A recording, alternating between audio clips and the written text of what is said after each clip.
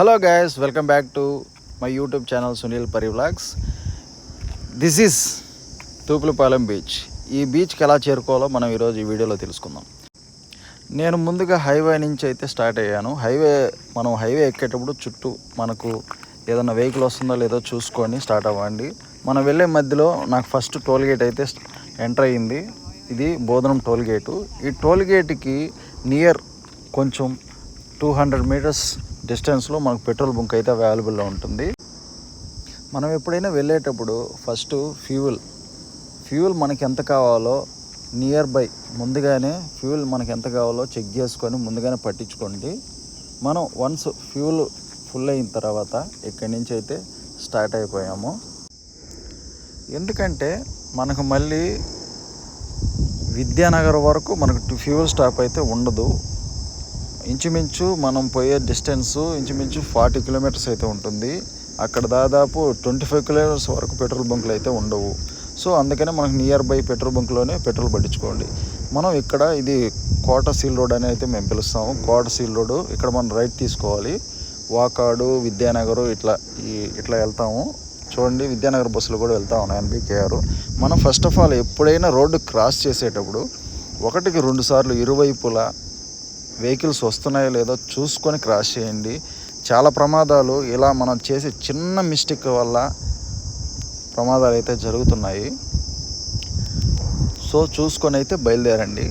Almost మనం విద్యానగర్ దాకా అయితే చేరుకున్నాము. విద్యానగర్ స్టార్టింగ్లో అయితే మనకు పెట్రోల్ బంక్ అయితే అవైలబుల్లో ఉంటుంది. విద్యానగర్లో సీ ఫుడ్ చాలా లైవ్ ఫిషెస్, రొయ్యలు కానీ చేపలు కానీ చాలా బాగా దొరుకుతాయి. ఇది విద్యానగర్ సర్కిల్ అన్నమాట. ఈ సర్కిల్ నుంచి కొంచెం ముందుకెళ్ళి లెఫ్ట్లో మనకు టిఫిన్ షాప్ అయితే ఉంటుంది. ఎర్లీ మార్నింగ్ 7 నుంచి 10 వరకు అయితే మనకు అవైలబుల్లో ఉంటుంది టిఫిన్ షాపు. నేనైతే చాలాసార్లు తిన్నాను, మీరు ఒకసారి ట్రై చేయండి. నేను వెళ్తుండగా నాకు మధ్యలో ఈ రోడ్డు ఉండేదే అంత గద్దు, ఈడ మళ్ళీ ఆర్టీసీ బస్సోడు పక్కన ఆపాడు. దానివల్ల కొంచెం ఒక 10 నిమిషాలు ఇబ్బంది అయితే కలిగింది. నేను ఎలాగోలా సైడ్కి తీద్దామని ట్రై చేశాను. కారు సైడ్ ఇవ్వాల, బస్సు ఆ లాస్ట్కి ఎట్లా కూడా సైడ్ తీసుకొని బస్సుని క్రాస్ చేద్దామని చూస్తే లెఫ్ట్ సైడ్ ముళ్ళ చెట్లు ఎన్ని ఉన్నాయి, దాకా బండి డ్యామేజ్ అవుతుందని కొద్ది దూరం దాని వెనకాలే వెళ్ళాను. వెళ్ళిన తర్వాత ఆఖరికి కొంచెం సైడ్ ఇచ్చాడు. సైడ్ కూడా మనం ఏ వెహికల్ అయినా మనం క్రాస్ చేసేవాడు చూసుకొని వెంటనే కొంచెం స్పీడ్ మీద క్రాస్ చేయండి. ఇది కోట సీల్ రోడ్డు. మనం కోటకి వెళ్ళాలంటే ఇక్కడ నుంచి లెఫ్ట్ అయితే తీసుకోవాలి. కొంచెం నియర్ బై కొంచెం ముందుకెళ్తే మనకు రైట్ సైడ్లో HP పెట్రోల్ బంక్ అయితే కనబడుతుంది. దాన్ని దాటుకొని కొంచెం 10 మీటర్లు ముందుకెళ్తే మనకు హ్యాచరీస్ తూపులపాలెం యారో మార్క్ కనిపిస్తుంది. అదే రూట్లో మనం ముందుకెళ్తే మనకు బాలరెడ్డిపాలెం అనేది విలేజ్ తగులుతుంది.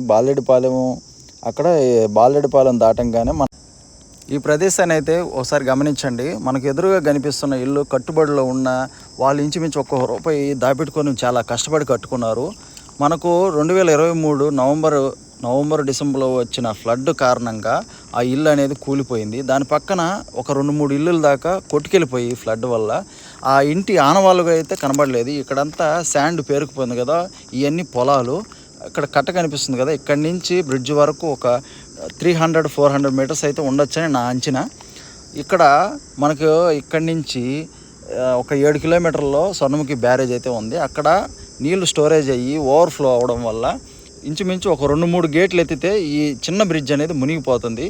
ఎక్కువ ఫ్లో రావడం వల్ల ఆ బ్యారేజీ ఉండే గేట్లు కూడా కంట్రోల్ చేయలేని పరిస్థితి రావడం వల్ల ఇక్కడ నీళ్లు ఎక్కువగా ఫ్లో అవడం వల్ల ఆ కట్ట తెగిపోయి నష్టం అయితే జరిగింది. జగన్మోహన్ రెడ్డి గారు కూడా వచ్చి చూసి దీనికి ఈ బ్రిడ్జి వర్కౌట్ కాదని, జనాలు ఇబ్బంది పడకూడదనే కారణంగా దీన్ని క్యాన్సిల్ చేసి హై బ్రిడ్జ్ అయితే చేయమని అధికారులకైతే సూచన ఇచ్చారు. మనం దాదాపు ఇప్పుడు తూపులపాలెం ఊరు అనేది టచ్ చేసాము. ఇది తూపులపాలెం ఎంట్రన్స్. ఈ బ్రిడ్జ్ తూపులపాలెం ఇరువైపులా రొయ్యల చెరువులు అయితే చాలా ఫేమస్ తూపులపాలెంలో. మనకు తూపులపాలెం విలేజ్ చాలా బాగుంటుంది.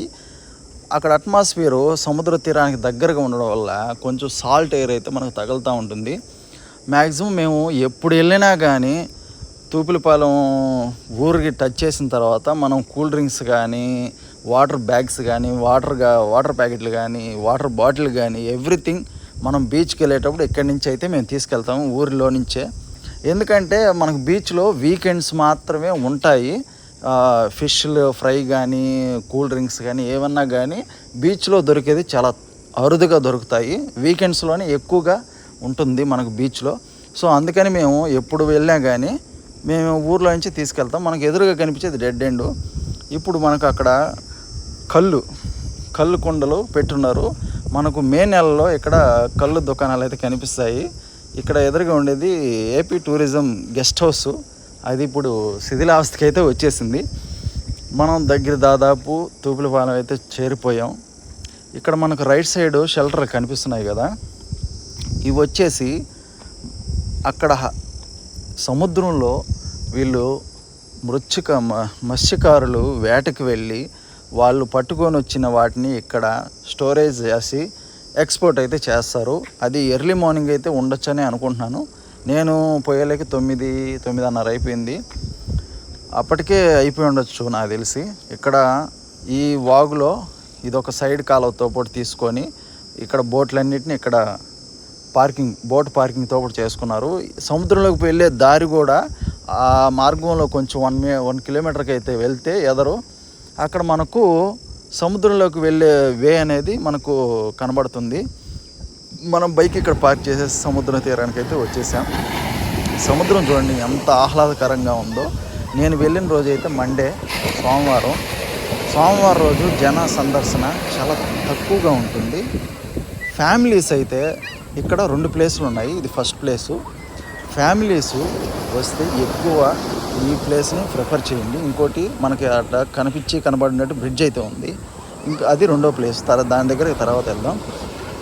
ఇక్కడ ఏంటంటే చాలా సేఫ్టీగా ఎక్కువ జన సందర్శన జరిగేది ఈ ప్లేస్లోనే. ఎప్పుడు జనం బాగుంటారు, మనకు సేఫ్టీ కూడా.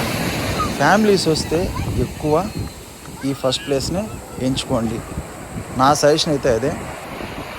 సముద్రంలో అలలు అయితే చాలా ఎక్కువగా వచ్చాయి. ఇంచుమించు గట్టు దగ్గరకు అయితే సముద్ర తీరం అనేది కొంచెం 10 మీటర్స్ అయితే ముందుకు వచ్చినట్టు నాకైతే అనిపించింది. ఇప్పుడు మనం ఇంకో ప్లేస్కి అయితే స్టార్ట్ అయిపోయాము. ఇసుకలో బండి తోలాలంటే చాలా ఇబ్బందికరంగా ఉంటుంది. అయినా తప్పదు కదా, బండి చాలా హ్యాండిల్ చేస్తే తోలాలి మనం. ఎప్పుడు తొందరపడి మాత్రం ఏ తప్పు చేయబాగండి. ట్రావెల్ చేసేటప్పుడు చాలా జాగ్రత్తగా ఆలోచించి 1-2 సార్లు ఆలోచించి జాగ్రత్తగా అయితే మనం ట్రావెల్ చేయాలి. బైక్ రైడింగ్ అనేది చేయాలి. ఎందుకంటే ఒక సెకండ్ పార్ట్ చాలు మన లైఫ్ అయిపోవడానికి. సో జాగ్రత్తగా ఉండండి, జాగ్రత్తగా డ్రైవ్ చేయండి. ఇక్కడ మనం మెటల్ రోడ్ కనిపిస్తుంది కదా, మనం ఇక్కడ రైట్ తీసుకొని ఈ మెటల్ రోడ్లో వెళ్తే మనకు 2వ ప్లేస్, బ్రిడ్జ్ ఉండే ప్లేస్ అయితే మనకు కనబడుతుంది. ఇక్కడ మనం ముందుకు వెళ్తూ ఉంటే లెఫ్ట్ సైడు వైన్ షాప్ అయితే ఉంటుంది.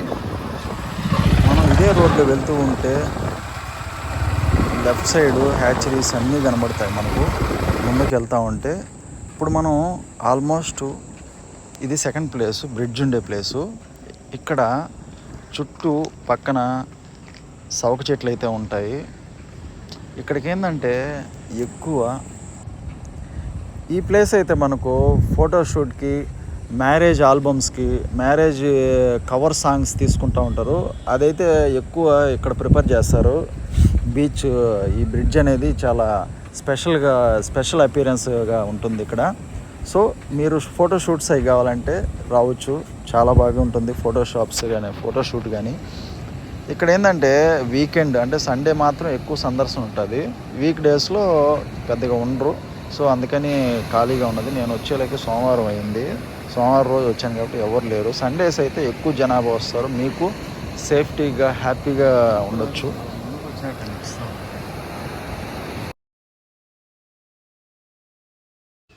ఈ వీడియో మీకు నచ్చితే ప్లీజ్ టు సబ్స్క్రైబ్.